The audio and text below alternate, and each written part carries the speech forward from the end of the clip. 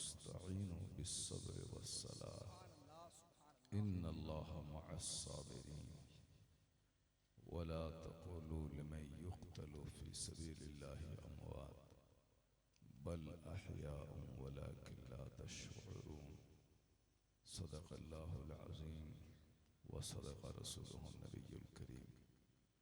सामीन व हाज़रीन, आप रात भर जगे हैं। अल्लाह ताला इस जागने के सदक़े में आपकी मुश्किलें आसान फरमा दे। शादी ब्याह में जागना और है, अल्लाह रसूल के जिक्र के नाम पे जागना और है। हक है, हक है, हक है, बेशक। सफर में भी लोग जागते हैं, खेती करने में लोग जागते हैं, लेकिन ये जो आज जाग रहे हैं, ये जागना उस वक्त काम आएगा जब दुनिया के सारे लोग मर जाएंगे। क़यामत के दिन ये जागना काम आएगा। इसलिए इस पे आप अफसोस नहीं करें कि आज रात मेरी बेकार चली गई, बल्कि आप खुशियां मनाएं कि आज की रात काम आ गई।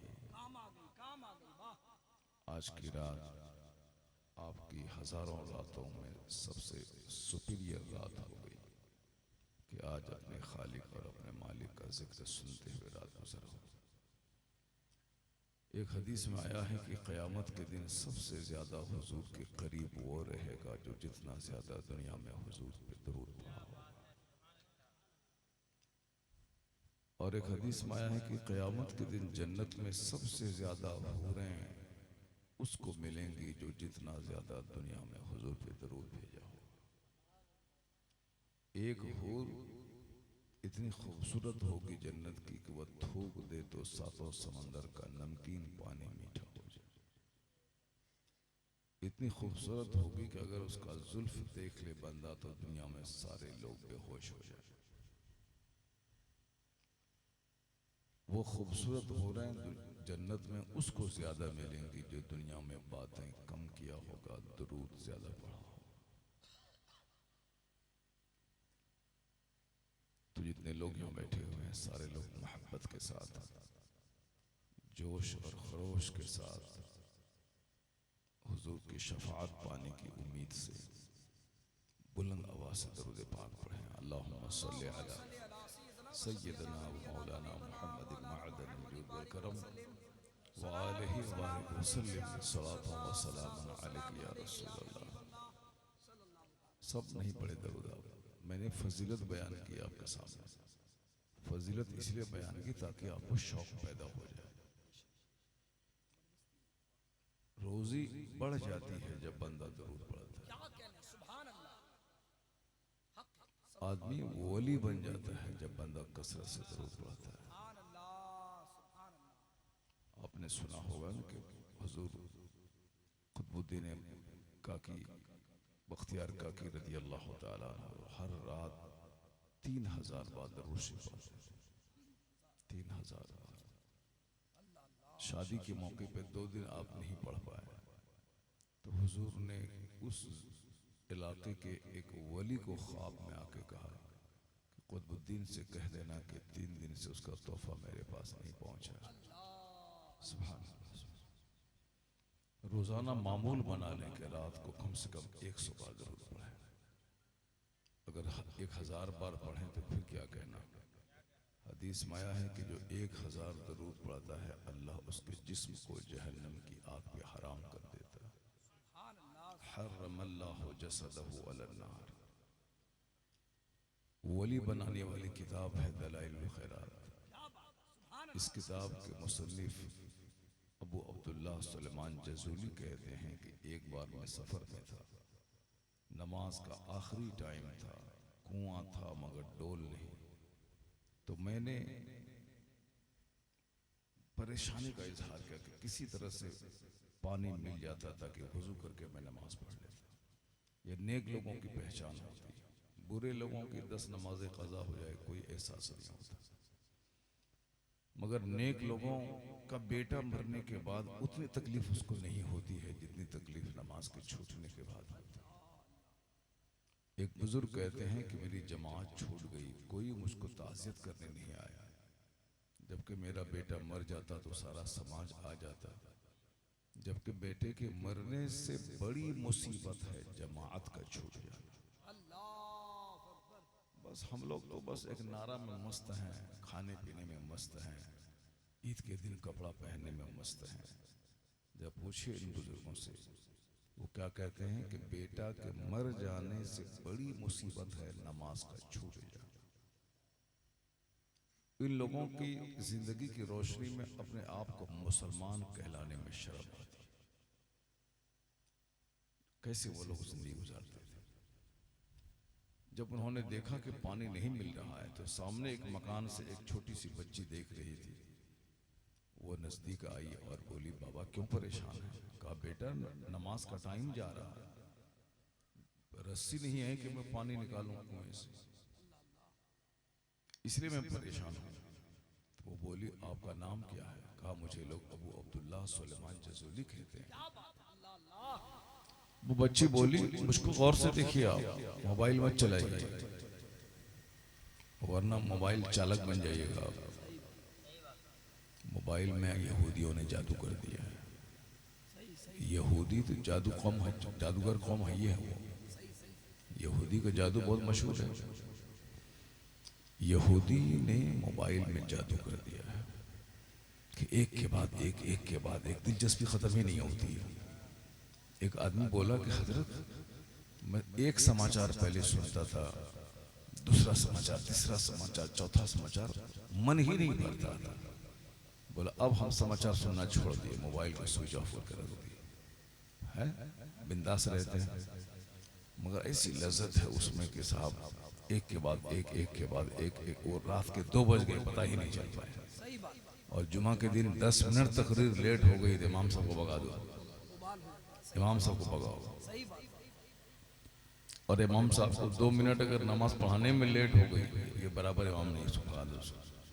और वहां जो 4 घंटे रील देखने में चले गए, कोई पूछने वाला नहीं उसका, कोई माँ बाप नहीं उस 4 घंटे का।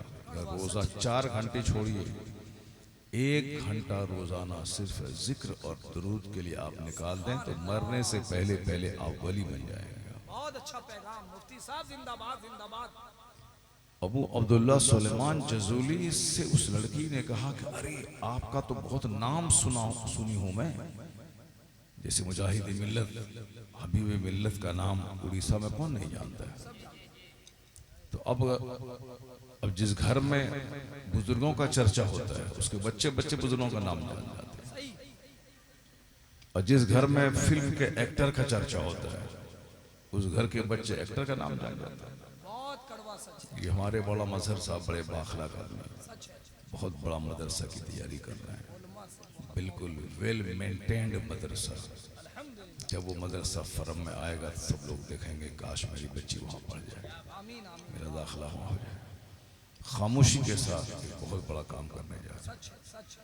तो अपने बाल बच्चों के सामने इन लोगों का चर्चा करेंगे तो बच्चों को भी वैसा ही बनने का शौक पैदा हो जाए।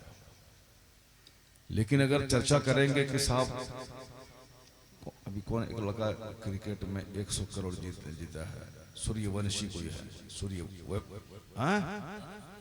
वैभव सूर्यवंशी। अब उस सूर्यवंशी का नाम बच्चा बच्चा जान रहा है, क्यों? सबको क्रिकेट खेलना है, क्रिकेटर बनना है। सूर्यवंशी का नाम मालूम है, मगर हबीब मिल्लत के बेटे का क्या नाम है सरकार ताजुल शरिया के बेटे का क्या नाम है नहीं मालूम। तो जैसा चर्चा घर में होगा वैसा ही बच्चे का माहौल बने। क्या बात है, बहुत अच्छे मुफ्ती। इसलिए अपने घर में रोजाना 5-10 मिनट नेक लोगों का चर्चा कीजिए, सुभान अल्लाह। नेक लोगों का नाम बताइए, इस इलाके के कितने बड़े बड़े आलिम लोग कौन कौन हैं, तो लोग उनको जानेंगे। तो उनके घर में चर्चा रोजाना अल्लाह के वलियों का होता था। वो बच्ची जान चुकी थी अबू अब्दुल्ला सुलेमान जज़ूली बहुत बड़े आलिम, बहुत बड़े आलिम, बहुत बड़े नेक हैं। वो बोली, बाबा मैं तो आपके बारे में सुन रखी हूँ कि आप बहुत बड़े आलिम हैं, वली हैं, मैंने पानी के लिए परेशान है। लड़की कुएं में थूक दिया, कुएं का पानी बाहर आ गया। जरा जोर से बोलो सुभान अल्लाह। सुभान अल्लाह। लड़की कुएं में थूक दी। मेरी माँ बहन बेटियां अगर पर्दे में सुन रही, वो भी गौर से सुन रही। लड़की सिर्फ छोटी सी लड़की अब वो कुएं में थूक दिया तो कुएं का पानी बाहर आ गया। आज मेरी माँ का कदम घर में पड़ जाए तो बरकत खत्म हो जाती है, क्योंकि वो लड़ना जानती है, उसको लड़ने से फुर्सत नहीं है। जो शौहर के घर में वो रहती है, जिस शौहर के पैसे उसके पर्स में है, जिस शौहर की वजह से उसका कपड़ा 5 बदलती है, वो शादी ब्याह के मौके पर देखिए सिर्फ कपड़े का मुकाबला है। उड़ीसा में क्या है हमको नहीं मालूम है, वही है ना। हमारे बिहार में जो हमें घर में चुड़ैल बन के रहती है, लेकिन शादी के मौके पर वो एक बक्सा कपड़ा लेके जाती है, इतना बड़ा बड़ा ट्रॉली, सब में कपड़ा पड़ा, एक दिन में 5 कपड़े चेंज करना है। सब तमाशा देखते हैं लोग, कहाँ से महंगे महंगे कपड़े और चटक मटक वो चमकीले कपड़े, कपड़े का मुकाबला है। और जो देता है कपड़ा, जिसकी वजह से वो रानी है, उसी से लड़ाई है। सबसे ज्यादा लड़ाई शौहर से ही। अब इसी समझ सकते हैं कि इसका ब्रेन, इसकी बुद्धि कितनी होगी। तो ये अगर लड़ने वाली जिस घर में रहे, घर से बरकतें खत्म हो जाती हैं। जिस घर से औरतों की आवाज बाहर निकले, उस और घर से बरकतें खत्म हो जाती हैं। आया है ना किताब में कि जिस औरत के पायल की आवाज गैर मर्द के कान में जाए, उस घर से बरकतें रुखसत हो जाती है। तो अब वो खातून थूक दिया तो कुएं के नीचे का पानी ऊपर आ गया। सुलेमान जज़ूरी ने जल्दी से वुज़ू किया, नमाज अदा की, फिर उनके दरवाजे पे जाके दस्तक दिया, कहा बेटा सच सच बता दो, रसूल का वास्ता है, इतना बड़ा मर्तबा तुझको कहां से हासिल हुआ? इतना बड़ा मर्तबा तुझको कहां से हासिल हुआ? क्या बात है। हम लोगों को अभी अब ये तकरीर खत्म हो गई, सुबह सवेरे कोई बोले कि भाई जलसे में क्या हुआ, किसी को मालूम नहीं। बस 1 घंटा गुजर गया ऐसे ही, 1 घंटा ऐसे ही गुजर गया। दिमाग लगा के सुनना, गौर करना, अपनी जिंदगी में उतारना, उसके बारे में आलिमों से कुछ सवाल करना, ये तो खत्म है। वरना एक जंगली आदमी आजकल हीरो बना हुआ है, जो जोकिंग करता है, तरह तरह के मस्खरे बाजी करता है, तो अब वो हीरो बना हुआ है। तो जो जिस तबीयत का होगा उसी तबीयत के लोगों को पसंद करता है। बच्चे अगर हमारे नेक होते, नौजवान तो वो नेक लोगों को पसंद करते हैं। अगर हमारे बच्चे संजीदा नमाजी होते तो नमाजी खतीब को पसंद करते। लेकिन चूंकि उसकी तबीयत में खेल तफरी है, तो खेल खेलने वाले लोगों को पसंद करते हैं, जो जिस तरह की सोच का मालिक होता है। ऐसा नहीं कि बहुत बड़ी चीज है, नहीं, जो जिस तरह की तबीयत का मालिक होता है उसी तरह के लोगों को पसंद करता है। खेल तमाशा वाला खेल तमाशे को पसंद करता है। सुलेमान जज़ूली ने उस खातून से कहा कि बेटा ये बताओ, इतना बड़ा मर्तबा तुझको कैसे मिल गया कि थूको तो पानी बाहर आ जाए? तो वो बोली कि जिस रसूल का आपने वास्ता दिया है, उसी रसूल पर दुरूद भेजने की बरकत से अल्लाह ने ये मकाम अता कर दिया। सुभान अल्लाह, सुभान अल्लाह, माशाअल्लाह। ये आप समझ सकते हैं। आज के बाद से अगर आपने दिल से मेरी ये बात सुनी तो गुटखा खाना छोड़ दीजिए। मैं गुटखा नहीं खाता हूं, आप भी मत खाइए। मुंह में गुटखा रहेगा तो कलमा शरीफ नहीं पढ़ पाएंगे आप। मैं फ्लाइट में 1 घंटे की फ्लाइट में बैठे बैठे कई 100 बार पढ़ लेता हूं। अगर गुटखा रहता तो 1 बार भी नहीं पढ़ पाते। जैसे हमारा भाई चबा रहा है गुटखा, वो देखिए। एक आदमी को मत, सबका वही हाल है, सबका हाल वही है, सबका। तो इसकी सबसे बड़ा इसका नुकसान है कि बंदा जिक्र और दुरूद से महरूम हो जाता है। सही बात, रोजाना 1000 बार दुरूद पढ़ने के लिए मुंह को खाली रखिए, बहुत अच्छे। फिर आप भी मरने से पहले पहले वली बन जाएंगे। सुभान अल्लाह। ये देहात है कि शहर है? देहात है।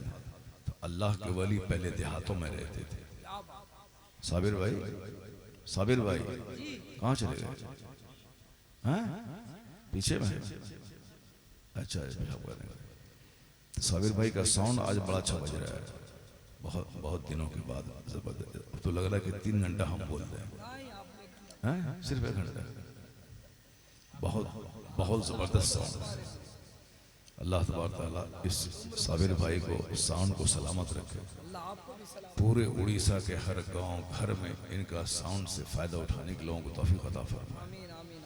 जरा गौर से सुनिएगा, मैं काम की बात कर रहा हूँ। जी हजरत। दुनिया का एक एक मिनट कीमती है, बेशक। एक एक मिनट कीमती है। आज का दिन जो गुजर गया वो कयामत तक दोबारा लौट कर नहीं आएगा। अब रोजाना रात में गौर करना है कि मैंने आज का दिन मैंने क्या किया है, कितनी नेकियां हुई और कितने गुनाह मुझसे हुए। रोजाना डायरी में नोट कीजिए, फिर आपको समझ में आएगा कि मैं क्या कर रहा हूं दुनिया में।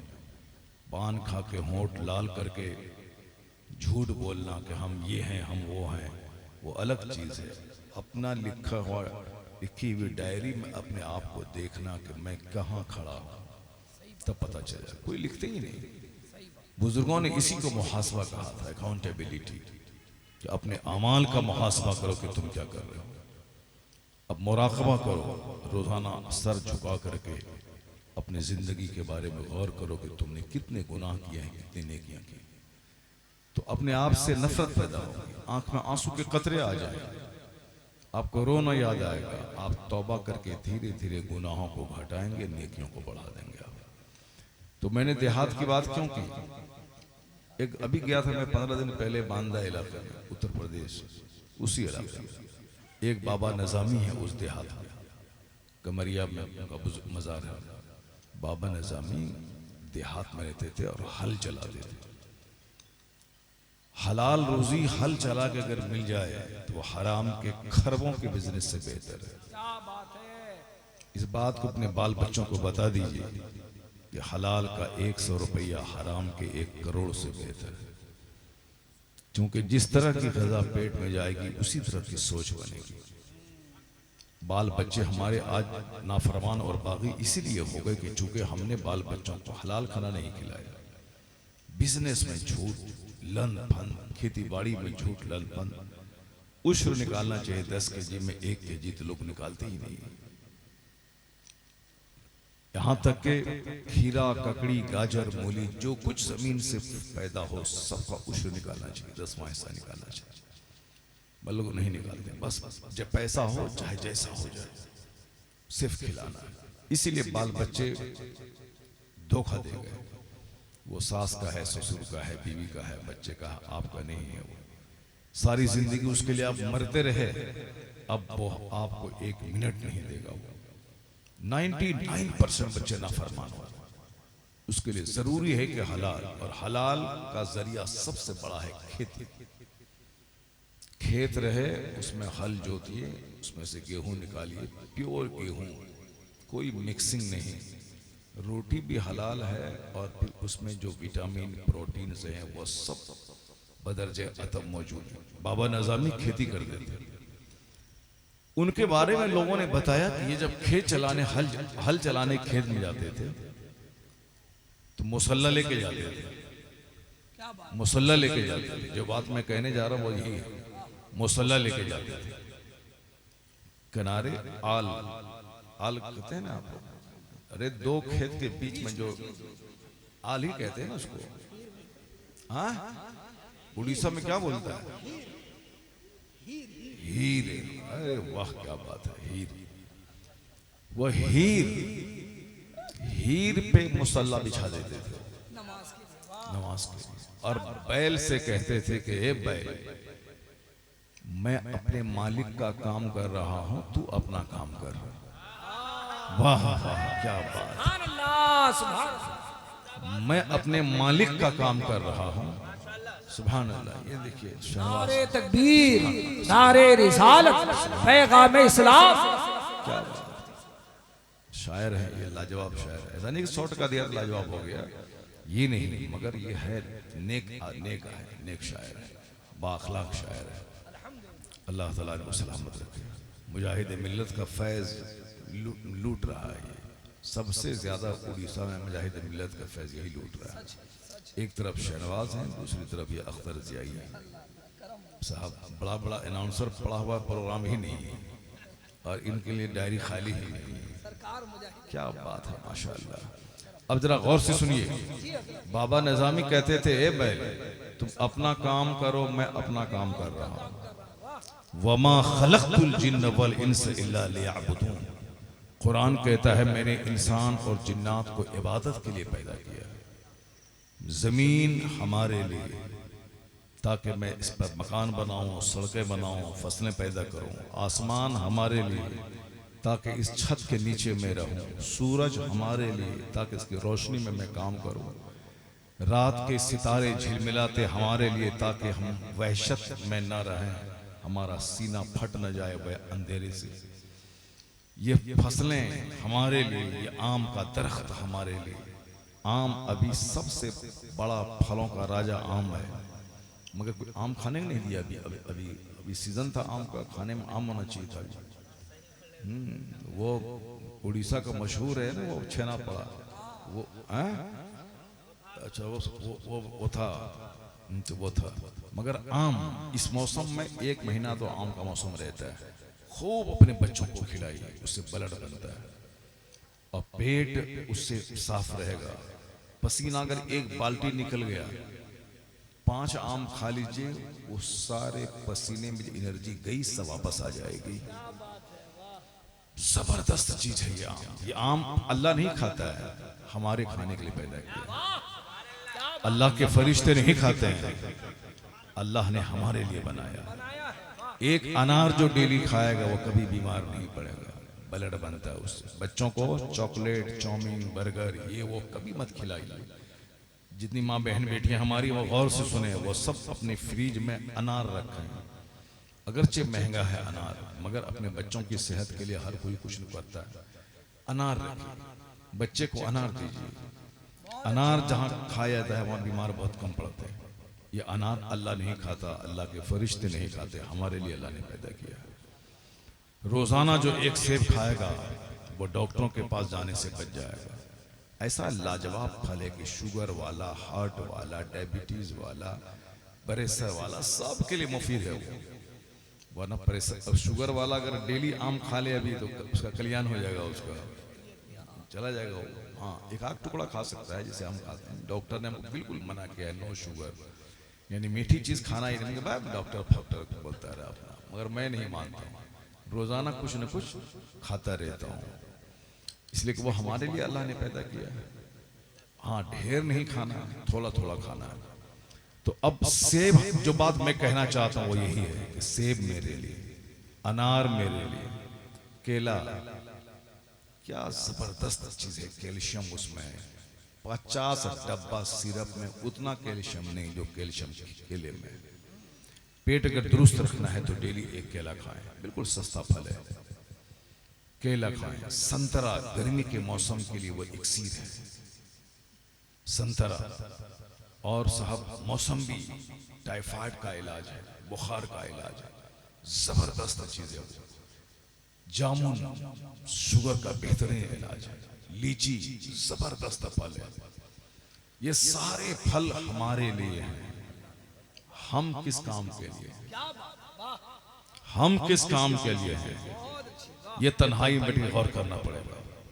दूध हमारे लिए, गोश्त हमारे लिए, मछली हमारे लिए। समंदर का गोश्त क्या है? मछलियां तुम खाओ, परिंदा तुम खाओ, मुर्ग तुम खाओ, बकरा तुम खाओ, गाय का दूध तुम पियो। माँ का दूध 2 साल तक पीना दुरुस्त है, 2 साल के बाद पीना हराम है। मगर बदन को दूध चाहिए तो आप ये गाय का दूध पियो, बकरी का दूध पियो। दूध हमारे लिए, गोश्त हमारे लिए। जो गोश्त नहीं खाएगा उसकी अकल खत्म हो जाएगी। जो बोलता है हम शाकाहारी हैं तो वो नामर्द हो जाएगा। चूंकि ताकत के लिए अल्लाह ने गोश्त बनाया। गोश्त सारे खानों का सरदार है। हदीस में कहा गया है गोश्त को, क्या कहा गया है? ये सारे खानों का सरदार है, सैयदुत ताम है, किंग ऑफ फूड है ये गोश्त। जो गोश्त नहीं खाता है वो जाए काम से, वो गोश्त खाइए, मगर ढेर नहीं। ढेर तो ढेर सोना भी नुकसान, ढेर खाना भी नुकसान, ढेर बोलना भी नुकसान। हर चीज की ज्यादती नुकसानदेह। तो गोश्त खाइए मगर लिमिट से खाइए, एक बूटी खाइए मगर डेली खाइए, कोई हर्ज की बात नहीं है। लेकिन एक ही दिन में 1 किलो खा लिया फिर 1 महीना मुंह सुखा रहे हैं, ऐसा नहीं होना चाहिए। बिल्कुल लिमिट से खाइए, कायदे से खाइए। मछली खाइए, मछली में बहुत ताकत है। लोग कहते हैं हमको डॉक्टर कहते हैं ना, तो इसीलिए डॉक्टर का फॉर्मूला सुनिए। ये सारी बातें मैं बता रहा हूँ आपको। मछली खाइए, शुगर वाला मछली खाए, हार्ट वाला मछली खाए, जिसका हार्ट ब्लॉकेज हो गया है, खून जो जिसको स्टेंट डाला है, जैसे हमको एक स्टेंट डाला है अभी अभी अभी 6 महीना पहले। बहुत सारे लोगों को 4-4 स्टेंट डाला हुआ है। अभी हमारे गांव में एक आदमी को मेरे बाद अटैक आया, उसका 4 स्टेंट डाला हुआ है। वो जब मेरी तकरीर नेट पे सुनता है एक अटैक के बाद भी 2-2 घंटे 2.5 घंटे की, वो हमको एक दिन फ़ोन किया कि हजरत आप कौन दवा इस्तेमाल करते हैं? हम लोग तो 10 कदम चलते हैं थक जाते हैं, और आप 2-2 घंटे खिताब कर रहे हैं। वहाँ जुमा के दिन मस्जिद में हम तकरीर कर रहे हैं, सिर्फ 1-2 जुमा को नहीं किए होंगे तकरीर। शुरू में अटैक आया था, उसके बाद तीसरे जुमा से जब चालू हो गए तो चालू हो गए, वरना लोग कहते थे कि मौलाना साहब तकरीर नहीं कर पाएंगे। वो हमसे बोला कि हुजूर आप कौन दवा इस्तेमाल करते हैं? मैंने कहा कि जो दवाई हार्ट की आप खाते हैं वही दवाई भी खाता हूँ। फिर आखिर ताकत कहाँ से आ रही है आपको? मैंने कहा ये ताकत अल्लाह के जिक्र की ताकत है, ये कुरान हदीस की ताकत है, ये अल्लाह के जिक्र की ताकत है। ये बिल्कुल परफेक्ट बात है।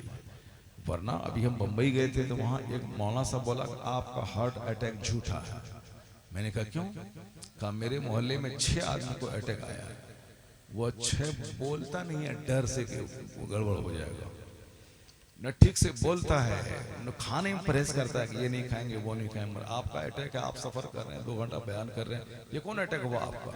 आपका अटैक नहीं है, वो सिर्फ समझ आपको थोड़ा एक सबक देने के लिए एक अटैक आ गया है, बाकी अटैक नहीं है वो। मैंने कहा कि मौलाना साहब आप यकीन जानिए कि जो अल्लाह का जिक्र करता है, सुनाता है, अल्लाह ताला उसको रूहानी ताकत अता कर देता है। जरा जोर से बोले सुभान अल्लाह, सुभान अल्लाह, हाथ उठा के बोले ला इलाहा इल्लल्लाह। ला इलाहा इल्लल्लाह। और से सुनते रहिए, सर झुकाइए मत वरना नींद आ जाएगी। बाबा को हमारी नींद आ रही है, जो सर झुका दे, बिल्कुल एक्टिव रहिए। जो मैं कह रहा हूँ एक एक जुमला काम की बात आप तक पहुंचा रहा हूँ। ये सारी नेमतें मेरे लिए, खाना पीना, पानी, सूरज, सितारे, चांद, फसलें, ये पानी, ये दूध। अब तन्हाई में गौर कीजिए कि मैं किस काम के लिए पैदा हुआ हूं। जब आप इस पॉइंट पे गौर करेंगे तो एक आवाज आएगी, बंदे सारी नेमत तेरे लिए है, तुम खुदा की इबादत के लिए पैदा। ये पेशानी दरख्तों के सामने मत झुकाओ, ये पेशानी कायनात पैदा करने वाले खुदा वाहिद के सामने झुका दो। तुम झुक जाओ, जमीन पे सजदा करो, अल्लाह ताला तुम्हें आसमान जैसी बुलंदी अता कर देगा। अल्लाह का वादा है कि यहां मैं तुझको सेहत दूंगा, यहां मैं तुझको तंदुरुस्ती दूंगा, यहां मैं तुझे हरियाली दूंगा, यहां मैं तुझे इज्जत दूंगा, और मर गए तो मैं तुझको जन्नत दूंगा। वो जन्नत जो दुनिया माफिया से बेहतर है। मौज़िउ सौतिन फिल जन्नह खैरुम मिन दुनिया व माफिया। एक बालिश्त जगह जन्नत में, हदीस में आया है कि दुनिया और दुनिया में जो कुछ है उससे बेहतर है। एक बालिश्त इतना, ये बालिश्त जन्नत में अमेरिका से लेकर मलेशिया तक 200 से ज्यादा मालिक हैं। हदीस में क्या आया है कि एक बालिश्त जगह, घोड़ा रखने की जगह, दुनिया और दुनिया में जो कुछ है, दुनिया में खजाना है, अबरक है, मादनियात है, कोयला है, सोना चांदी है, हीरे जवाहरात है, मोती मूंगा है, ये सारी चीजों से बेहतर जन्नत की एक बालिश्त जगह है। और जन्नत मिलेगी कितनी? जहां तक निगाह जाएगी वहां तक एक जन्नती का अपना घर अल्लाह अता करेगा। और वो जन्नत का घर सोने चांदी की ईंट का बना हुआ होगा। और फिर उस जन्नत में ना नमाज की तकलीफ है, ना रोजे की तकलीफ है, ना हज अदा करना है, ना ज़कात देना है, ना 1 घंटा बैठकर तस्बीह पढ़ना है, कुछ नहीं। सब कुछ इसी दुनिया में करना है। बाकी जन्नत सिर्फ आराम की जगह है, वह प्लेस ऑफ कंफर्ट है, वो आराम की जगह है, प्लेस ऑफ एंजॉय करने की जगह है। दुनिया में क्या एंजॉय करेंगे। अभी शादी हो रही थी, एक बच्चा मर गया, सब खेल कर बाहर में घूम रहे थे, ट्रेन पे घर आ रहे थे, पांव फिसला, बच्चे का पांव कट गया। मैं था बेंगलोर में, एक आदमी अजमेर शरीफ गया था, एक लौता बेटा उसका जवान, उसको लेके आ रहा था। बेंगलोर में ट्रेन स्टेशन पे रुकने वाली, धीरे धीरे धीरे धीरे उसी में वो जोश के मारे नीचे उतर गया, हम घर पहुंच गया। जैसे उतरा, पांव फिसला, नीचे गया, ये दोनों पांव फट गया उसका। जिस मस्जिद में हम थे, बिल्कुल मस्जिद का सटे उसका घर था। तो उसका बड़ा बाप मेरा मुरीद था, इकलौता बेटा, दोनों पांव कट गया, मरा नहीं, बच गया।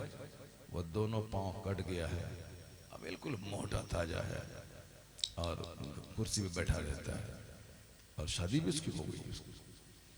अब दोनों पांव उसके नहीं है।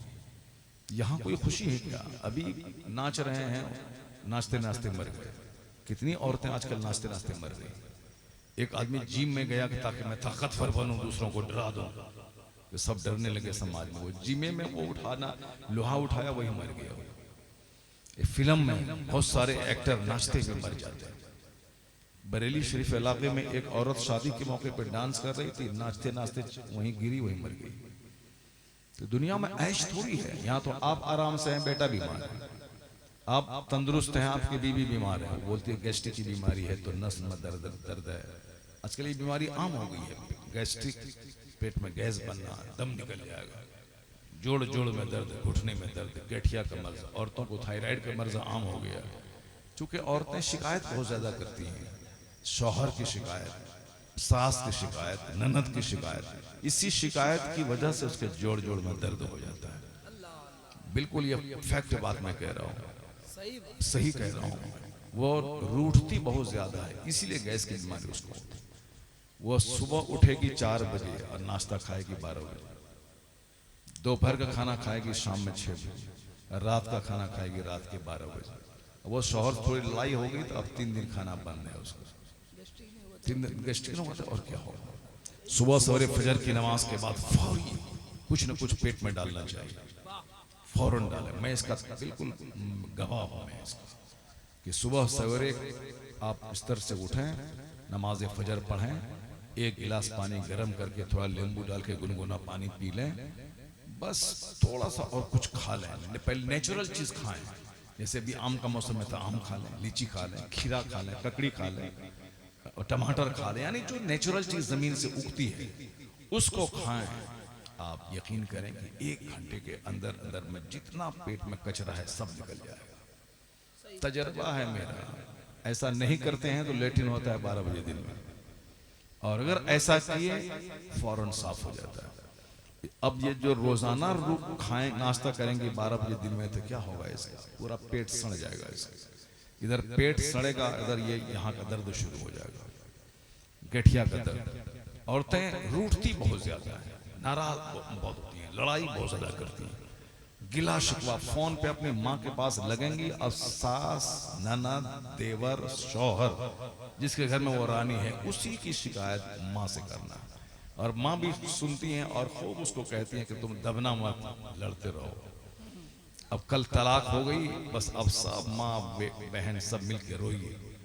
हर माँ पे लाजिम है कि वो माँ अपनी बेटी से कहे कि बेटा बस सब्र करना था, अपनी तरफ से जवाब मत दो। सास कुछ बोले, ननद कुछ बोले, देवर कुछ बोले, शौहर कुछ बोले, बेटी तुम गोंगी बन जाना। अगर तुम गोंगी बन गई तो कल उस घर की रानी तुम ही बन जाओगी। बहुत अच्छा पैगाम, वाह। उस घर की रानी बन जाओगी। मगर क्योंकि ये उसकी माँ भी तो औरत ही है, औरत औरत है। जिस तरह सोच उसकी बेटी की है, उसी तरह सोच उसकी है। इंदिरा गांधी रहे कि कोई रहे, सास सास है। इंदिरा गांधी पूरे भारत की प्राइम मिनिस्टर थी, वो अपनी बहू को घर से निकाल दिया, हांडी उंडी सब फेंक दिया। तो अब चाहे प्राइम मिनिस्टर रहे कि डीएम रहे, कुछ भी रहे, औरत तो औरत है, उसको कहाँ लेके जाइएगा? एक उसकी जो निस्वानियत है, वो निस्वानियत यही है, बस छोटी सोच, छोटा दिमाग। अब आपसे मैं कहना चाहता हूं कि आप अगर चाहते हैं कि टेंशन से बचें, परेशानी से बचें, लड़ाई से बचें, तो एक वाहिद रास्ता है कि रोजाना अपने दिन का आगाज सजदों से किया करें। सुभान अल्लाह। रोजाना अपने दिन का आगाज सजदे से करें, फजर की नमाज के लिए उठाएं। आधा टेंशन तो वहीं खत्म हो जाएगा। फजर की नमाज जो नहीं पढ़ता है उसके चेहरे का नूर अल्लाह छीन लेता है, और जो फजर की नमाज पढ़ता है अल्लाह ताला उसके चेहरे को नूरानी बना देता है। सुभान अल्लाह। आधी चार्विंग तो उसी वजह से आती है, और चेहरे की सारी ग्लेजिंग फजर छोड़ने की वजह से खत्म हो जाती है। चाहे 1000 कोई 1,00,000 रुपए का लोशन चेहरे पे चमका ले, जो ओरिजिनल ब्यूटी है वो ब्यूटी तो सजदे से आती है, तिलावत से आती है। आधा घंटा बैठ के जिक्र करें, कुरान पढ़ें, सारा दिन भूखे रहेंगे मगर खुश रहेंगे, क्योंकि अल्लाह ने सारा सुकून अपने जिक्र में रख दिया, सारा सुकून अल्लाह ने इबादत में रखा। मैं अक्सर कहता हूं कि आप जो करोड़पति बनना चाहते हैं, जो अरबपति है वो जहर खा के मर रहा है। आपका घर 1 कट्ठे में है, जिसका घर 50 एकड़ में है वो जहर खा के मर रहा है। आप अपने देहात में रहते हैं, जो बंबई शहर में रहता है वो जहर खा के मर रहा है। फिल्मी एक्टर सुशांत सिंह राजपूत करोड़ों के फ्लैट में रहता था, कोरोना काल में अपने ही घर में फांसी के फंदे पे लटक के मर गया।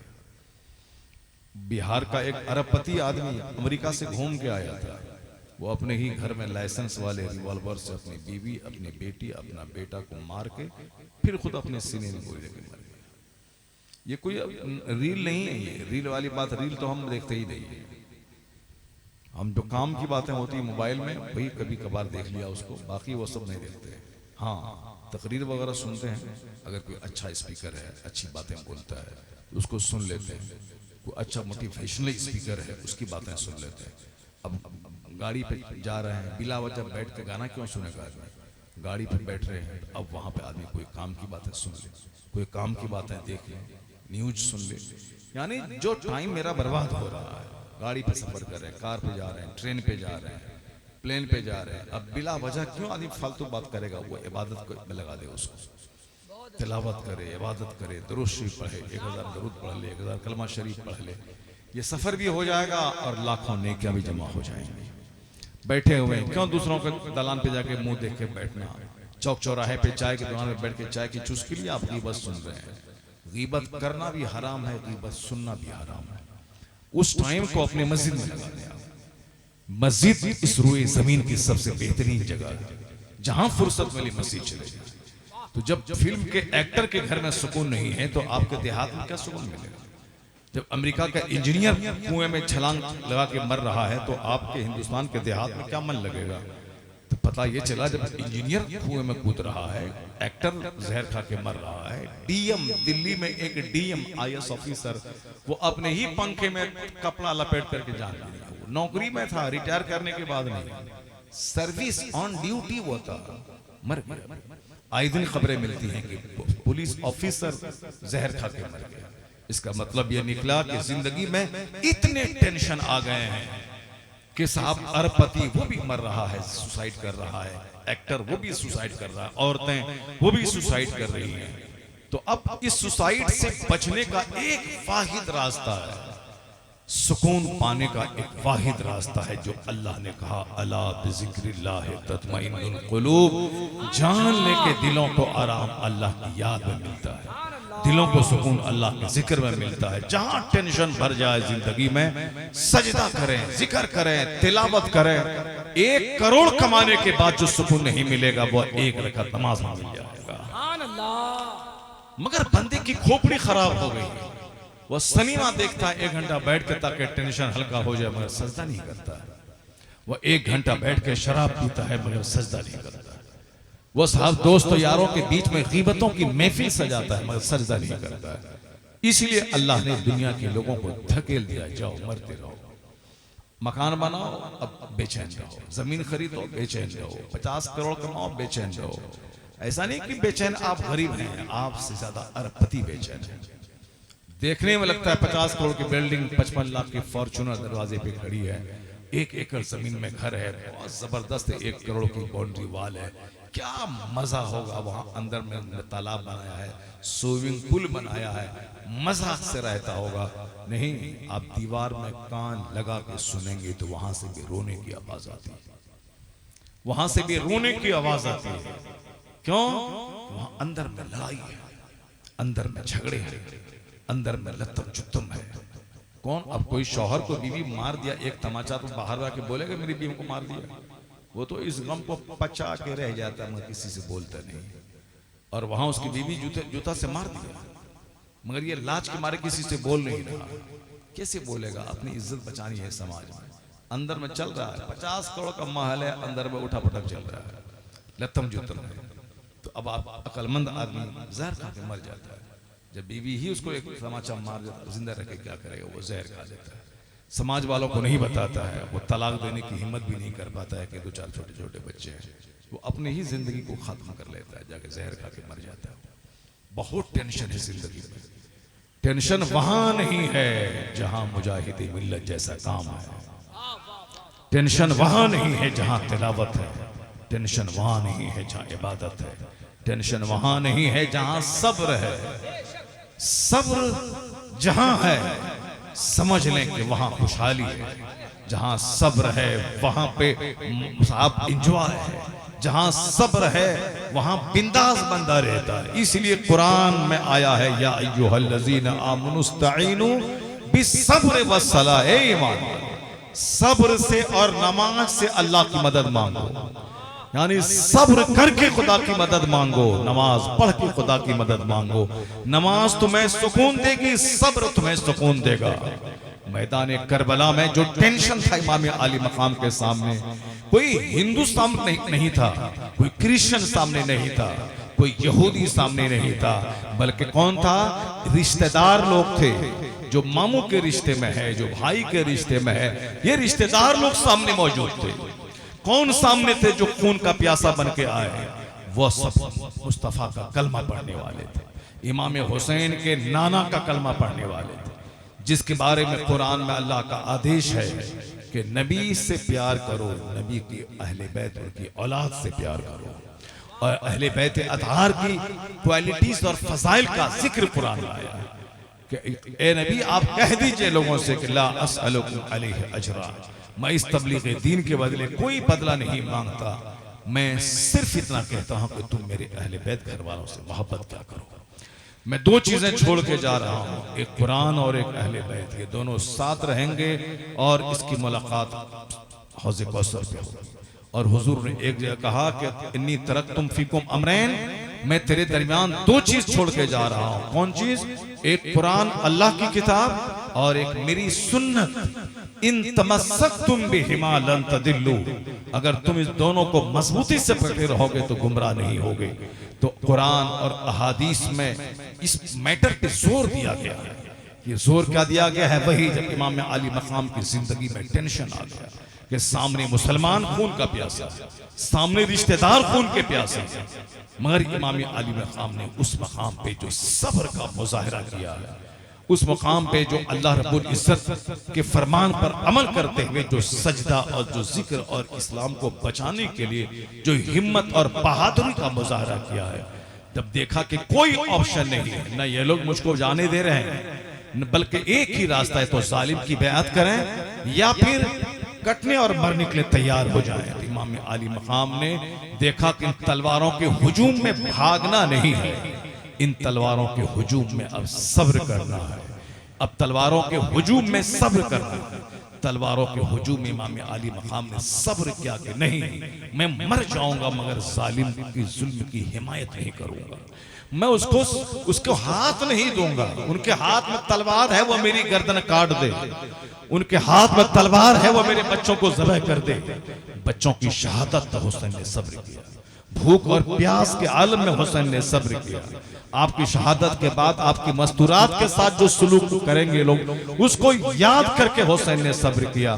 कोई दूसरा बाप होता तो रुस्तम का सीना पानी हो जाता, वो घिघिया के उस जालिम को सपोर्ट कर देता और अपने बाल बच्चों की खातिर उस जालिम के सामने घुटने टेक देता, उसको मान लेता, तस्लीम कर लेता कि ठीक है चलो मैं तुमको हाकिम मान लेता हूँ। मगर इमाम आली मकाम ने उस मुसीबत के हुजूम में सब्र का कावा घोंट पिया, का कुछ भी हो जाए मगर जालिम को मैं समर्थन नहीं दूंगा, उसकी हिमायत नहीं करूंगा, जालिम की हाँ में हाँ नहीं मिलाऊंगा। तो हुसैन ने सब्र किया तो आज कौन जिंदा है? आज यजीद जिंदा है, इब्ने जियाद जिंदा है, शिमर मरदूस जिंदा है। जिसने हुसैन आजम को कत्ल किया वो सारे लोग मर गए, वो सड़ गए, उसके नाम पर लोग थूक फेंक रहे हैं। पर हुसैन ने सब्र किया तो आज हुसैन जिंदा है, अब्बास अलमबरदार जिंदा है, आज अली अकबर जिंदा है, आज अली असगर जिंदा है। पता चला कि जुल्म मर जाता है, सब्र हमेशा के लिए जिंदा हो जाता है। नारे तकबीर, नारे रिसालत, शोदाए करबो बला। हुसैन आजम की कहानी नाचने की कहानी नहीं है। हुसैन आजम की कहानी वो ताजिया बना के घुमाने की कहानी नहीं है। वो तो हिंदुस्तान में 200 साल पहले राफिजी और राफिजियों की गवर्नमेंट थी, शियाओं की हुकूमत थी। उन लोगों ने ताकत के बल पर ढोल ढाल, ताजियादारी, दुलदुल, ये वो मरसिया और साहब झड़नी ना फकीर बना के मंगवाना, ये सारी चीजें इन राफिजियों ने इसको शुरू किया है। इसलिए राफिजी बदबख्त बदनसीब है, सहाबे कराम दुश्मन है। और वह लोग जो हुजूर को गाली देते हैं, जो हुजूर के इल्म गैब का इनकार करते हैं, जो बदअकीदा है, बदमज़हब है, जो सलाम पढ़ने को बुरा कहते हैं, फातिहा पढ़ने को बुरा कहते हैं, जो लोग बुजुर्गान दीन के मज़ार पे जाने को हराम कहते हैं, वह लोग जो हुजूर की शान घटाते हैं, इन लोगों से कभी दोस्ती नहीं करते। न इनके पीछे नमाज पढ़ने का, न उनकी नमाज जनाजा पढ़ने का, न उनको अपनी बेटी देने का, न उनका बेटी लेने का। क्योंकि जो हुजूर का नहीं वो हमारा नहीं, जो हुजूर से मोहब्बत नहीं करता वो हमारा कैसे हो सकता है। हमारा एक आदमी था हाजी साहब, वो साहब क्या है कि पहले तबलीगी जमात में जाते थे, लेकिन बाद में उन्होंने तौबा की बरेली शरीफ गए, सरकार ताजुल शरिया से मुरीद हो गए। उसके बाद जब वो तबलीगी जमात के पुराने दोस्तों से मिलते थे तो तबलीगी जमात वाला कहता था अस्सलाम वालेकुम हाजी साहब। वो कहते थे तुम्हारे सलाम का जवाब मैं नहीं दूंगा। क्यों? अगर सलाम का जवाब अगर तुमको लेना है तो चलो मेरे साथ मिलके नमाज के बाद नबी पर सलाम भेजो, नबी पर सलाम भेजो, तब मैं तेरा सलाम लूंगा। और सुन लो, जो नबी को सलाम नहीं पढ़ेगा उसको हमारी तरफ से कोई सलाम नहीं, उसको कोई सलाम का जवाब। जो नबी को सलाम पढ़ना हराम कहेगा उसको न सलाम करूंगा न उसके सलाम का जवाब दूंगा। बस एक बात पकड़ लिया था, जो मुस्तफा को सलाम नहीं पढ़ता है उसके सलाम का जवाब नहीं। जो नबी का नहीं, जो नबी का नहीं, नबी के अहले बैत का नहीं, नबी के सहाबा का नहीं, वो हमारा नहीं। इसलिए उसके पीछे न नमाज होगी, न उसकी जनाजे की नमाज होगी, न उससे अपने बेटी को देना है, न उसकी बेटी को अपने घर में लाना है। क्योंकि जो नबी की तौहीन करके इस्लाम से खारिज हो गई, मुर्तद हो गई, या औरतें मुर्तदा हो गई, उसका निकाह दुनिया में किसी से नहीं हो सकता है। निकाह एक मोमिन का मोमिन से होगा, एक मोमिन का काफिर से कभी निकाह नहीं हो सकता। इस बात को गिरह बांध कर रख लें। अगर कोई आदमी गैर मोमिन यानी मुसलमान जो नहीं है, नबी की तौहीन करके इस्लाम से निकल गया, वो 50 करोड़ कमा ले, कभी उसको बेटी नहीं देना। लेकिन जो मोमिन है वो अगर 50 रुपया कमाता हो उसको दे देना है बेटी। और 50 करोड़ कमाने वाले किसी मुशरिक को अपनी बेटी नहीं देना है, बदअकीदा को अपनी बेटी नहीं देना है। क्यों नहीं देना है? तो सारी जिंदगी अपनी बेटी को ज़िना के हवाले कर देना होता है। इसलिए खबरदार, कभी भी मालदार नहीं देखना है बल्कि ईमानदार देखना है, दीनदार देखना है। और दीनदारी अगर रही तो बेटी नमक रोटी खा के रहेगी, मगर जैसे मरेगी खरबों साल की जन्नत में पहुंच जाएगी। और अगर यहाँ ईमान डगमगाया तो दुनिया में भले ही कुर्सी मिल जाए, पैसे मिल जाए 2 4 10 दिन, मगर अरबों खरबों महासंख्यों बरस की आग उसके मुकद्दर में आ जाएगी। अकलमंद बाप वो नहीं है जो दुनिया की ऐश की खातिर अपने बच्चों को जहन्नम में धकेल दे, बल्कि अकलमंद बाप वो है जो जन्नत बचाने के लिए दुनिया का कष्ट उठा ले मगर अपने बच्चे को जन्नती बना ले। इमाम आली मकाम के सामने उनकी बीवियां थी, 4 बीवियां मौजूद थी कि मेरे बाद इन बीवियों का क्या होगा। इमाम हुसैन के सामने उनके छोटे छोटे बच्चे थे, उनके जवान बेटे, छोटे बेटे सब थे, उनकी बेटी सकीना थी, सब थे। अगर मैं शहीद हो गया, इन जालिमों ने मुझको मेरी गर्दन काट दी। कभी नहीं सोचा कि मेरी शहरबानों का क्या होगा, मेरी बीवी का क्या होगा, कभी नहीं सोचा कि मेरे बच्चों का क्या होगा। आज एक जबरदस्त फिक्र लोगों के दिमाग ही लाहिक हो गई है कि अगर मैं नमाज पढ़ूंगा बिजनेस मेरा कम होगा, मेरे बच्चों का क्या होगा। अगर मैं अभी मर गया तो मेरे बच्चों का क्या होगा, मेरी बेटी की शादी कैसे होगी। यानी एक ऐसी फिक्र शैतानी सोच लाहक हो गई। क्या देहात का, क्या शहर का, हर जगह का आदमी सी शैतानी सोच में पड़ा हुआ है कि अगर मैं मर गया तो मेरे बच्चे का क्या होगा, अगर मैं मर गया तो मेरी बेटी का क्या होगा, अगर मैं मर गया तो मेरी इस बेवा औरत का क्या होगा। ये नहीं है कि मैं मर गया तो कब्र में 99 अजदहा सांप रहेंगे तो मेरा क्या होगा। ये नहीं सोचता है कि मैं पुलसरात जो तलवार से ज्यादा तेज, बाल से ज्यादा बारीक, 500 साल की राह के बराबर है, उसके पे चलने के बाद ही आगे जन्नत है, वह पुल जहन्नम पे बना हुआ है, मेरा क्या होगा। वहां बहुत सारे लोग 10 कदम चलेंगे जहन्नम में गिर जाएंगे, कोई 25 कदम चलेंगे जहन्नम में गिर जाएंगे, यानी नेकी जहां तक रहेगी जाएंगे, नेकी खत्म वो जहन्नम में गिर जाएंगे। अब उस पूरे पुल को पार करना वही पार करेगा जिसके पास करोड़ों नेकियां होंगी।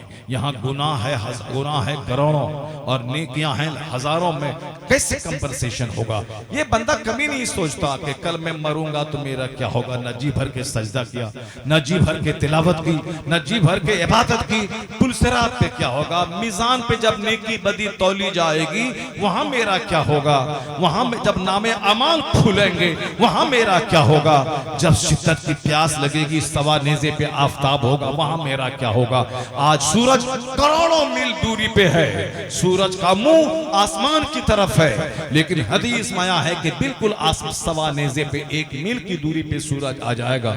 उस वक्त सूरज का रुख जमीन की तरफ रहेगा, लोग नाक तक पेशानी तक पसीने में डूबे हुए रहेंगे सारे लोग। उस वक्त मेरा क्या होगा। न बेटा देखेगा मेरा बाप जहन्नम में जल रहा है, एक नेकी नहीं देगा। एक लौता बेटा जहन्नम में जल रहा है, माँ एक नेकी उसको नहीं देगी। यौम यफिरुल मरउ मिन अखी व उम्मिही व अबी व साहिबतिही व बनी लिकुल्लि इम्रिइन मिनहुम यौमइज़िन शानु युगनी। डरो उस दिन से जिस दिन भाई भाई से भागेगा, औलाद वालिदैन से भागेगी, माँ बाप औलाद से भागेंगे, कोई किसी का पुरसाने हाल नहीं होगा। उस खतरनाक घड़ी का जिक्र कुरान में एक जगह नहीं आया है, बल्कि सैकड़ों जगहों पे कयामत का जिक्र है। पूरा 30वां और 29वां पारा तो कयामत के जिक्र से भरा हुआ है। सूरे नबा, सूरे नाज़िआत, सूरे तकवीर, सूरे इन्फितार, सूरे शम्स, सूरे कमर, तमाम सूरतें पढ़ जाएं, सब में कयामत का तज़किरा है। इक़्तरबती साअतु वंशक़्क़ल क़मर, कयामत करीब आ गई, चांद शक हो गया। इज़ शम्सु कुव्विरत व इज़ नुजूमुन कदरत व इज़ जिबालु सुय्यरत, यानी जब आसमान फट पड़ेगा, जब सूरज और चांद आपस में मिला दिए जाएंगे, जब जमीन में ज़लज़ला आएगा। इज़ा ज़ुलज़िलतिल अर्दु ज़िलज़ालहा व अख़रजतिल अर्दु अस्क़ालहा व क़ालल इंसानु मा लहा यौमइज़िन तुहद्दिसु अख़बारहा बिअन्ना रब्बका औहा लहा, यानी जिस दिन जमीन हिला दी जाएगी, जमीन अपने सारे बोझ निकाल के फेंक डालेगी। जिस दिन यह जमीन गवाही देगी कि इसकी पीठ पर बैठ के हमने क्या किया, गीबत की महफिल सजाई, ज़िना किया, शराब पिया, सूद खाया, माँ बाप को सताया, या चंद घंटे बैठकर जमीन पर सजदा किया, जमीन पर मुसल्ला बिछा के दुरूद पढ़ा, या जमीन गवाही देगी, मेरे सजदे की गवाही, मेरे जिक्र की गवाही और मेरी इबादत की गवाही और मेरे पाप, मेरे गुनाहों की गवाही यह जमीन देगी। वह जमीन कोई रिश्वत नहीं देगी कि हम तुम्हारे खिलाफ हम सच झूठ बोलते हैं, नहीं, जमीन को वही कहेगी जो अल्लाह का हुक्म उसको हुआ है। बिअन्ना रब्बका औहा लहा, जो उसके रब ने उसको वही की है, वह जमीन सारी खबरें बताएंगी। ये बता दे कि कोई नहीं सोचता कि मेरा क्या होगा जब ये हाथ मेरे खिलाफ बोलेगा, जब ये पांव मेरे खिलाफ बोलेगा, जब ये आंख मेरे खिलाफ बोलेगी, जब ये ब्रेन मेरे खिलाफ बोलेगा, जब ये पेट मेरे खिलाफ बोलेगा, कोई चर्चा नहीं। फिक्र क्या है, मैं मरूंगा तो मेरी बेटी का क्या होगा, उसकी शादी कैसे होगी। मैं कहता हूं ए जालिम, लाखों करोड़ों बाप मर गए और जवान बेटी को दुनिया में छोड़ गया, मगर बाप की मौजूदगी में जिस तरह अच्छी शादी नहीं होती, बाप के मरने के बाद उसकी बेटी की शानदार शादी हो गई। बाप की मौजूदगी में उसका 5 बच्चा जितना अच्छा खाना नहीं खाता, बाप के मरने के बाद उसके बच्चे अच्छा खाना खा रहे हैं। क्यों? जब बाप था वह रोजी देने वाला नहीं था, वह एक माध्यम था, एक रिसोर्स था, एक साधन था, एक जरिया था। असल रोजी देने वाला अल्लाह है, रब्बुल आलमीन अल्लाह है, रज़्ज़ाक़ अल्लाह है, और जिसके जरिए अल्लाह रोजी देता है वह माँ बाप है, वह बाप है। अल्लाह पैदा करने वाला है, मगर जिस माध्यम से अल्लाह पैदा करता है वह माँ है। माँ के पेट से अल्लाह बंदे को जन्म देता है, मगर जन्म देने वाला असल में तो अल्लाह है। माँ बाप एक जरिया है, असल पैदा करने वाला अल्लाह है, रोजी देने वाला अल्लाह है, और माँ बाप एक जरिया है। तो इस जरिया खत्म हो जाए अल्लाह 10 जरिया लगा देगा, एक जरिया मिट जाए अल्लाह 50 जरिया दे देगा। व मैं यतफक्कल अल्लाह फहुव हस्बुह, जो अल्लाह पे भरोसा करता है अल्लाह उसके लिए काफी हो जाता है। इसलिए फिक्र बाल बच्चों की मत कर, फिक्र अपनी जन्नत की कर, अपनी आखिरत की कर, अपनी कब्र की कर, अपने पुलसरात की कर, नामे आवाल के खुलने की कर। तू फिक्र करेगा जन्नत की, अल्लाह तेरी दुनिया आसान कर देगा, अल्लाह तेरे बच्चों को अच्छी रोजी देगा। क्योंकि जो अल्लाह पर भरोसा करता है सारी दुनिया उसका साथ छोड़ जाए, इन्नल्लाह मअस साबिरीन, अल्लाह सब्र करने वालों के साथ होता है। सुभान अल्लाह, नारे तकबीर, नारे रिसालत, पैगाम इस्लाम। इमाम हुसैन के नाम पे अखाड़ा निकालने वाला वो इमाम हुसैन का दुश्मन है। वो अखाड़ा निकालने वाला, ताजिया निकालने वाला, उसमें 2 कब्र बनाने वाला, उसमें दुलदुल बनाने वाला, उसमें बद्दी बांधने वाला, फकीर और घुंघरू बनाने वाला, ये सब जाहिलाना काफिराना रस्म रिवाज है। काफिरों के यहाँ से, मुशरिकों के यहाँ से ये सारी रिवाजें हमारे यहाँ आ गई हैं। मुशरिकों के यहाँ पूजा पाठ का क्या रिवाज है वह सबको मालूम है। यहाँ लकीर खींच देना, वहाँ पे पैर रखना, वहाँ पे सर रख देना, वहाँ जाना, न जाने क्या क्या झोल झाल है, धागा बांधना, तागा बांधना, कपड़ा बांधना। मुसलमान उसी जहालत को मुहर्रम के मौके पर ये सारे खुराफात वाहियात करता है। इस्लाम में न मसनूई करबला के लिए कोई जगह है, न मसनूई इमाम बाड़ा के लिए कोई जगह है, न यहाँ पैक बंधवाने की कोई जगह है, न घुंघरू लगाने की कोई जगह है। बल्कि करे तो क्या करे, जो हुसैन खानदान लुटा के इस्लाम बचाया, गर्दन कटा के इस्लाम बचाया, अपनी जिंदगी को दांव पे लगा के इस्लाम बचाया, तो मुहर्रम की 10 तारीख को उसी इस्लाम का चर्चा करे, हुसैन की शहादत का चर्चा, उनकी शुजाअत का चर्चा, उनकी बहादुरी का चर्चा। कुरान पढ़े, सबीर लगाए, शरबत पिलाए, इमाम हुसैन का लंगर खिलाए, हुसैन की अजमत पे खिताब करवाए, जिक्र करे, 1 लाख दुरूद पढ़ के हुसैन की रूह को पहुंचा दे।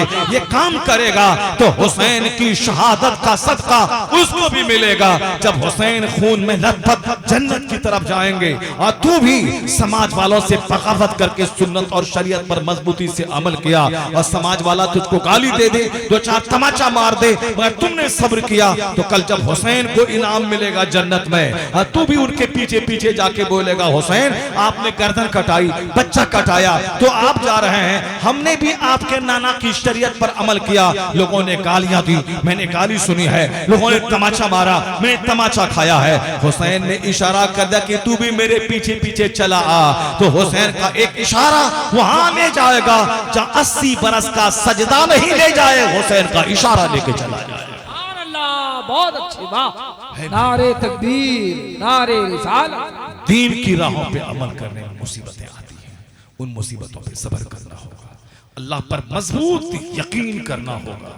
हुसैन ने नहीं फिक्र की कि मेरी बीवी का क्या होगा, नहीं सोचा, बल्कि जान दे दी, कहा नहीं जालिम को हाथ नहीं देंगे, चाहे कुछ भी हो जाए, गर्दन कटे या औलाद कटे, मैं नहीं दूंगा। ये पैगाम हुसैन आजम की शहादत से मिलता है। आदमी न जाने क्या क्या नमक मिर्च लगा के ये कहानी वो कहानी, ये दुलदुल ये घोड़ा ऐसे गया, वहां सकीना का खत आया, वहां ये आया, वहां ये आया, ये कहानी सब्र की है, ये कहानी सब्र की है, ये कहानी इस्तिकामत की है, अल्लाह पर मजबूत यकीन की कहानी है। यानी ये समझने कि इस्लाम का सारा पैगाम करबला के मैदान से मिल रहा है। इसलिए कहने वाले ने कहा शाह अस्त हुसैन, बादशाह अस्त हुसैन, अस्त हुसैन, दीन अस्त हुसैन, दी पनाह अस्त हुसैन, सरदाद नदाद दस्त दर दस्त यजीद, हक्का के बिना ला इलाहा अस्त हुसैन। हुसैन बादशाह है, हुसैन सुल्तान है, हुसैन दीन और दीन को पनाह देने वाले हैं। सर दे दिया मगर हाथ नहीं दिया। ये दुनिया वालों को बता गए हुसैन कि अगर दुनिया का नुकसान हो तो उठा लिया जाए, पर आखिरत का नुकसान न उठाया जाए। अगर ईमान में और जान में दोनों में अगर लड़ाई हो जाए जाए कि जान बचाओ या ईमान बचाओ, दाढ़ी बचाओ या रोजी, दाढ़ी बचाओ या ईमान बचाओ। अगर दाढ़ी मूंड के नौकरी मिलने वाली है तो दाढ़ी न मुंडवा के नौकरी ले। अगर मुर्तद बनने के बाद नौकरी मिलती है तो मुर्तद बन के नौकरी ना ले, बल्कि हुसैनी वह होगा जो कह दे नौकरी मिले ना मिले मैं दाढ़ी नहीं मुंडवाऊंगा, नौकरी मिले ना मिले मैं ईमान नहीं छोड़ूंगा, नौकरी मिले ना मिले मैं हुजूर की सुन्नत की रस्सी को मजबूती से थामे रखूंगा। तो अगर ईमान बचा लिया, अपने नफ्स पे काबू पा लिया, तो वह बंदा जब ईमान बचाने में कामयाब हो गया तो ही बिकेम सक्सेसफुल। वह कामयाब ऐसा हुआ कि कल क़यामत के दिन जब ईमानदारों को इनाम मिलेगा तो उन ईमान वालों के दरमियान ये भी खड़ा होगा कि दुनिया में डीएम बन गया होता तो 2-4-10 दिन खाना खाता, लेकिन ईमान बचा के मर गया, अब सदा की जन्नत अल्लाह उसकी तकदीर में अता फरमाएगा। या अय्युहल्लज़ीना आमनू इस्तईनु बिस्सब्रि वस्सलाह, ईमान वालों सब्र से अल्लाह की मदद मांगो, सब्र से अल्लाह की मदद मांगो। ऐ ईमान वालों नमाज से अल्लाह की मदद मांगो।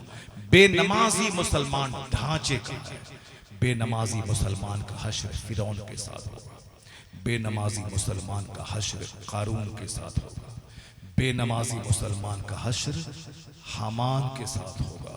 ये बात मैं नहीं कहता हूँ, ये हदीस में आया है कि बेनमाजी मुसलमान का अंजाम फिरौन के साथ होगा, ये हुजूर ने फरमाया है। इसलिए आप गिरह बांध रख कर ले। अगर किसी ने समझा दिया है कि नमाज पढ़े बगैर भी जन्नत मिल जाएगी, वो गलत समझाया है आपको, क्योंकि हुजूर ने जो शरीयत लाया जिस पर कुरान नाजिल हुआ, वो आका क्या फरमाते हैं कि बेनमाजी का हश्र फिरौन के साथ होगा। इसलिए अपने बाल बच्चों को बता दें जैसे जिंदा रहने के लिए खाना जरूरी है, उसी तरह मुसलमान बने रहने के लिए नमाज जरूरी है। जिस तरह भूख लगती है तो नाश्ता खाते हैं, भूख लगती है तो दोपहर का खाना खाते हैं, भूख लगती है तो रात का खाना खाते हैं, उसी तरीके से आपको ये बात दिमाग में गिरा बांध कर रख लेनी होगी कि ईमान बचाने के लिए हमें फजर की नमाज पढ़ना होगा, हमें अपना दीन बचाने के लिए ज़ोहर पढ़ना होगा। अगर कभी कभार छूट जाए तो ऐसा नहीं कहते आपके नाश्ता मेरा छूट गया, आज काम में लगे हुए थे, अब हमने खाना छोड़ दिया, क्या खाने के झमेले में पड़े। नहीं, नाश्ता छूटा, दोपहर में आप सबसे पहले बगैर हाथ धोए खाना खाते हैं।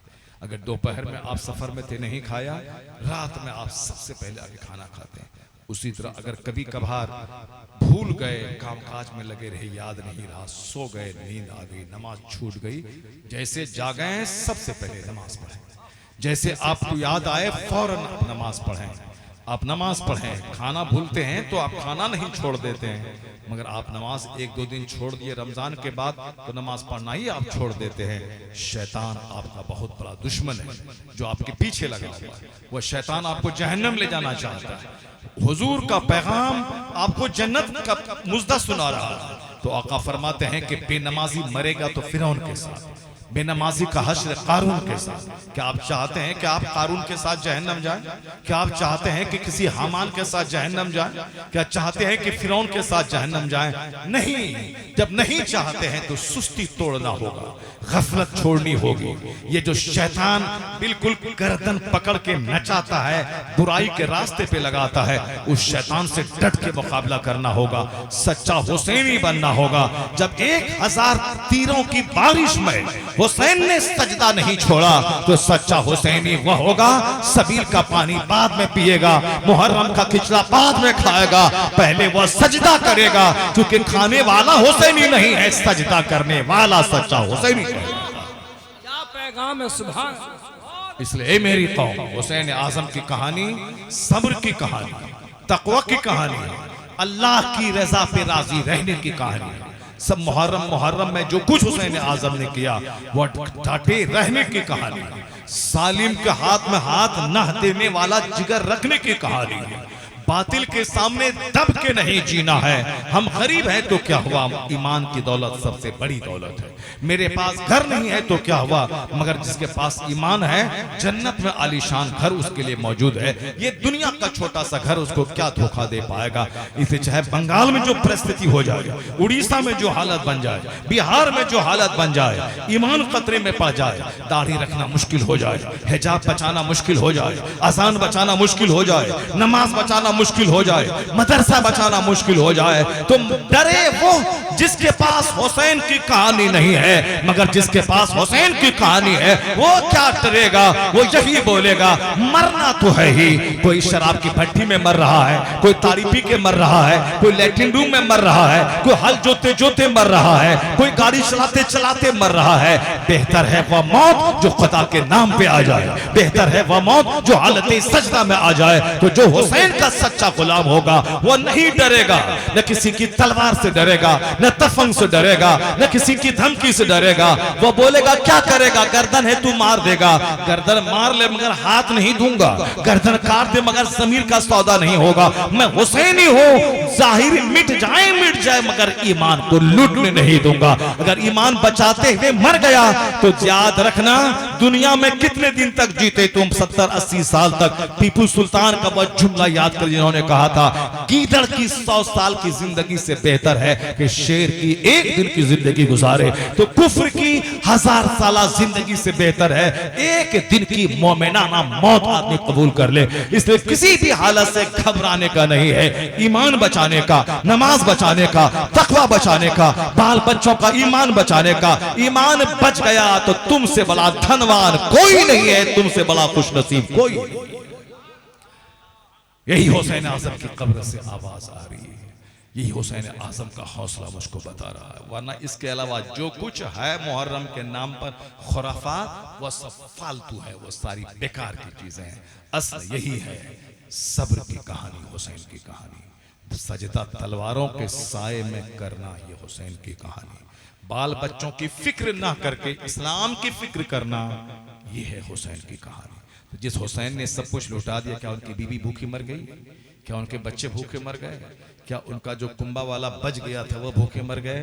नहीं नहीं, अल्लाह के नाम पे जो गर्दनें कटाता है अल्लाह उनके बाल बच्चों को अच्छी रोजी अता कर देता है। उसी मक्का की कहानी है, एक शख्स, एक बुजुर्ग इंतकाल करने लगे, जवान 2 बेटी थी उनकी। अपनी बीवी से कहा कि जब मैं मर जाऊं तो कोहे बू कुबैस पहाड़ पे जाना और कह देना ए अल्लाह, अब तक ये दोनों अपने बाप की निगरानी में थी, उनका साया सर से उठ गया है, अब ये दोनों को तुम्हारे हवाले कर रहा हूं। वो औरत गई सजदे में सर रख के कह रही इलाही मैं इन दोनों को तेरे हवाले करती हूं, शौहर ने वसीयत की थी, अब मैं तेरे हवाले कर रहा हूं। इन दोनों पनाह गुज़ीनों को जो अपने बाप की निगरानी में पनाह में थी, अब उनके बाप का साया सर से उठ गया है, अब शौहर की वसीयत के मुताबिक अब मैं तेरे हवाले दे रही हूँ। यानी कितना मजबूत यकीन था, जाने वाला जाते जाते अपनी बीवी को एक जबरदस्त नुस्खा अता कर गया। बीवी सजदे में सर रख कर रो रही है, अल्लाह के हवाले अपनी दोनों जवान बेटियों को कर रही है। इसी दौरान यमन का एक नवाब, एक रईस मालदार आदमी अपने 2 जवान बेटों के साथ आ रहा था। देखा कहीं से रोने की आवाज, सिसकियों की आवाज आ रही है। जब करीब गया देखा 2 जवान खूबसूरत बेटियां बाजू में बैठी और उनकी माँ है सजदे में सर रखकर यही जुमले दोहरा रही है। वो दोनों जवान बेटों के साथ वह रईस खड़ा रहा। जब सजदे से फारिग हुई तो आपने कहा क्या माजरा है, सच सच बताओ। उस खातून ने पर्दे से कही कि मेरे शौहर का इंतकाल हो गया, उन्होंने वसीयत की थी कि तू मेरे मरने के बाद इस पहाड़ पे दोनों बेटियों को ले जाना और कह देना ये दोनों पनाह गुज़ी अपने बाप की पनाह में थी और अब इनका साया सर से उठ गया है, अब मैं तेरी पनाह में इसे दे रही हूं, तुम दे देना। अल्लाह मालिक है, अल्लाह बेहतर नेमल मौला नेमल वकील भी बेहतर कारसाज है। बंदा जब अल्लाह पर यकीन करता है तो अल्लाह गैब से मुश्किलात के हल का रास्ता निकाल देता है। और आज हमारे चेहरे पे दाढ़ी, सर पे टोपी है मगर दिल में यकीन ही नहीं है कि झूठ बोलेंगे तो झूठ नहीं बोलेंगे तो बिजनेस कहां से होगा, ये लन फन नहीं करेंगे तो कारोबार कहां से चलेगा। अल्लाह रोजी देने वाला है मगर झूठ तो बोलना पड़ेगा। ये शैतानी सोच सबसे आ गई है। न दाढ़ी सर पे है फिर भी जलील है, टोपी सर पे है फिर भी जलील है। तो दाढ़ी टोपी रहे ना रहे मगर ईमान सबसे बड़ी दौलत है। टोपी रखना उतना ना रखना कोई गुनाह नहीं है, दाढ़ी मूंड लेना उतना बड़ा गुनाह नहीं है, इतना बड़ा गुनाह गुनाह कुफ्र कर लेना है, शिर्क कर लेना है। तो अगर यकीन ही नहीं अल्लाह की जात पे रहा तो उस दाढ़ी से क्या फायदा है। लोग जाहिर सजा रहे हैं मगर अंदर बातिन लूटा हुआ है कि झूठ न बोले तो पैसा कहां से आएगा। असल बातिन को चमकाना है, सीने को चमकाना है। ईमान पुख्ता अल्लाह पर जान रहे या जाए, अल्लाह रोजी देने वाला है, मैं हराम नहीं करूंगा। हुसैन आजम की कहानी उसी की कहानी है। उस खातून ने जब ये जुमला कहा, यमन का वो रईस वो बोला कि क्या तू इस बात पे खुश है, ये मेरे दोनों जवान बेटे हैं, मैं इन दोनों का निकाह तेरी बेटी से कर दूं, इससे बढ़कर क्या हो सकता है। यमन का रईस उस औरत को दोनों जवान बेटियों के साथ अपने यमन ले गया। वहां के उलमा मशाइख, वहां के अपने समाज के रिश्तेदारों को बुलाया, उनके सामने अपने दोनों जवान बेटों का निकाह उनकी दोनों जवान बेटियों से कर दिया। वमय्यतवक्कल अलल्लाह फहुव हस्बुह, जो अल्लाह पे भरोसा करता है अल्लाह उसके लिए काफी हो जाता है। वहां से अल्लाह हल करता है मसले को जहां से बंदा सोच नहीं सकता। वमय्यत्तकिल्लाह यजअल लहू मखरजा वयरज़ुक़हु मिन हैसु ला यहतसिब। जलसा करना उतना जरूरी नहीं है जितना जरूरी नमाज पढ़ना है, जितना जरूरी ईमान बचाना है। सब जाहिर को लेके बैठे हैं, कोई झाल लेके बैठा है, कोई कुछ लंगर लेके बैठा है, कोई चादर लेके बैठा है, कोई गुस्ले कब्र का पानी लेके बैठा है, ये सब लेके बैठा है। नमाज लेके कौन बैठेगा, ये कुरान की तिलावत लेके कौन बैठेगा, यकीन लेके कौन बैठेगा। वो यकीन जिस दिन पैदा हो जाए, कोई झोल झाल वाला चतुर्वेदी साहब वो अधिकारी रहे कि बंधु रहे कि चौधरी रहे, कुछ भी नहीं कर सकेगा। ईमान की दौलत के सामने जब यजीद की 22,000 फौज गोंगी हो गई, उन्होंने हुसैन का हाथ लेने में असमर्थ हो गया। हुसैन का हाथ नहीं ले सका, हाथ ही लेना चाहता था। हुसैन ने गर्दन दे दी मगर हाथ नहीं दिया। इसका मतलब यजीद जो हाथ लेना चाहता था वो अपने मकसद में नाकाम हो गया, और हुसैन जो अपना हाथ बचाना चाहता था अपने मकसद में कामयाब हो गया। न यजीद का वो सितम रहा, न वो जुल्म इब्ने ज़ियाद का, जो रहा तो नाम हुसैन का जिसे जिंदा रखती है करबला। इस राज से वाकिफ हैं जमाने वाले कि जिंदा हैं मोहम्मद के घराने वाले, मिट गए मिटते हैं मिट जाएंगे आखिर, शबीर तेरा नाम मिटाने वाले। अल्लाह तबारक व तआला हुसैन आज़म के सदक़े में हमें ईमान की पुख्तगी अता फरमाए, हमें यकीन की दौलत अता फरमाए, हमें इस्लाम की खातिर सब कुछ कर गुजरने का जज्बा अता फरमाए। तमाम खुराफात वाहियात बिदात खेल तमाशे को ख़त्म करने की तौफीक अता फरमाए। आमीन। व आखिरु दअवाना अनिल हम्दुलिल्लाहि रब्बिल आलमीन। अस्सलामु अलैकुम व रहमतुल्लाहि व बरकातुहू।